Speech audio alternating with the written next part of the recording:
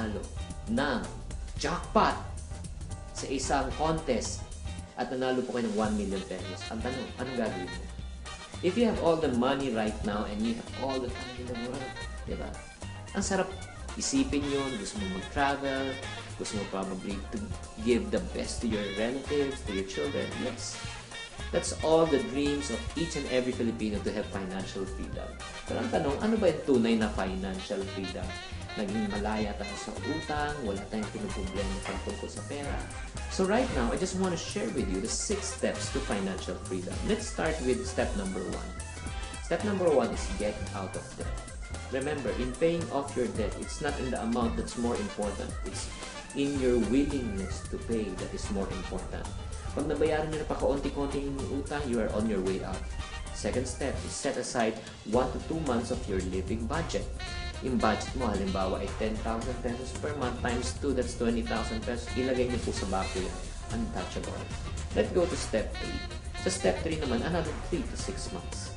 Let's put it at 6 months, multiply ng 10,000, 60,000. Yung 60,000, pwede nyo gawin sa long term, pwede nyo lagay sa time deposit, or let's say money market, o medyo high yielding interest.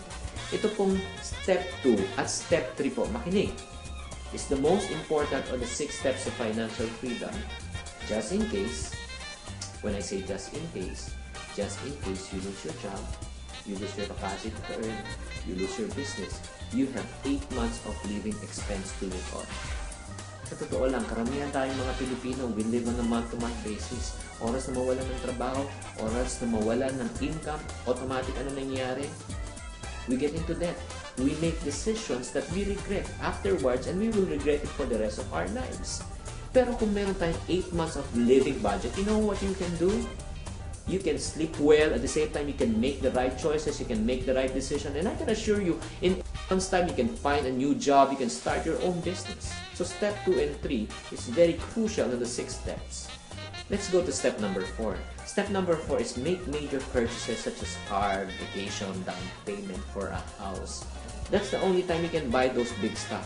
Pero unfortunately, again, tayo mga Pilipino, wala pa tayong sa step number 1, tayo po ay naging sa step number 4. Yun po nagiging problema. And some of us, we buy a car in credit. Okay, yung job natin for, let's say, 3 years, may 5 years payment ka.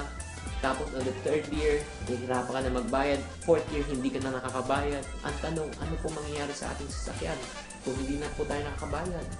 Mareremata po siya. And what will happen to the down payment? What will happen to the money that you have invested for 4 years? Gone. So I do suggest make the right decision. Go to step 1, 2, 3 before you go to step number 4. Right now, let's go to step number 5. Step number 5, that's the time you are allowed to make long-term investments such as educational fund, retirement fund, no? Doon mo i-allocate on step number 5. And step number 6 is what we call as high-risk investment, such as speculative stocks or other financial instruments. But listen to me carefully. I wouldn't advise you to go on to step number 6 if you do not understand what you're getting into. Kung hindi nyo po naintindihan yung financial instrument, may nagsabi, maganda mag-invest dito dahil malaking interest compared to the bank. Kung hindi nyo po naintindihan ng negosyo niya, huwag nyo pong pasukan.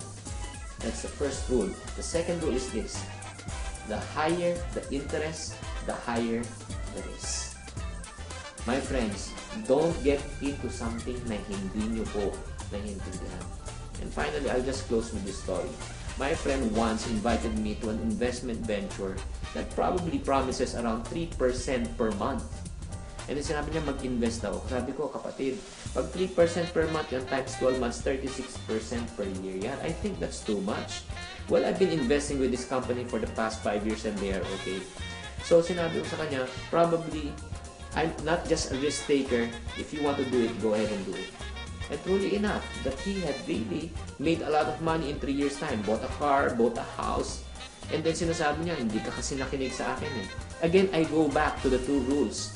Number 1, I do not understand the business. Number 2, the higher the interest, the higher the risk. The following year, when I met him again, hindi ko na nakikita ang kanyang sasakyan. At tinanong ko, kamusta siya? Hindi na siya nakatira sa village na tinitirhan niya. There I learned, yung kumpanya na pinag-i-investan niya ng 3% per month ay biglang nagsara. At nawala. Ang pinakamalungkot na nangyari, lahat ng savings nila, lahat ng pinundar nila, at lahat ng mga inutangan nila. Ngayon, hindi nila kaya bayaran at nawala na kanilang kayamanan. So friends, mag-ingat po sa mga matatamis na labi at maglalapit po sa atin na sasabihin na mas maganda na mag-invest po kayo dito. Again, babalik po tayo. Kung hindi nyo naintindihan ang investment, kung mataas po masyado ang interest, tumakbo na po kayo at huwag nyo pong ilabas ang inyong pera. If you follow these steps, I can assure you, you will be financially free.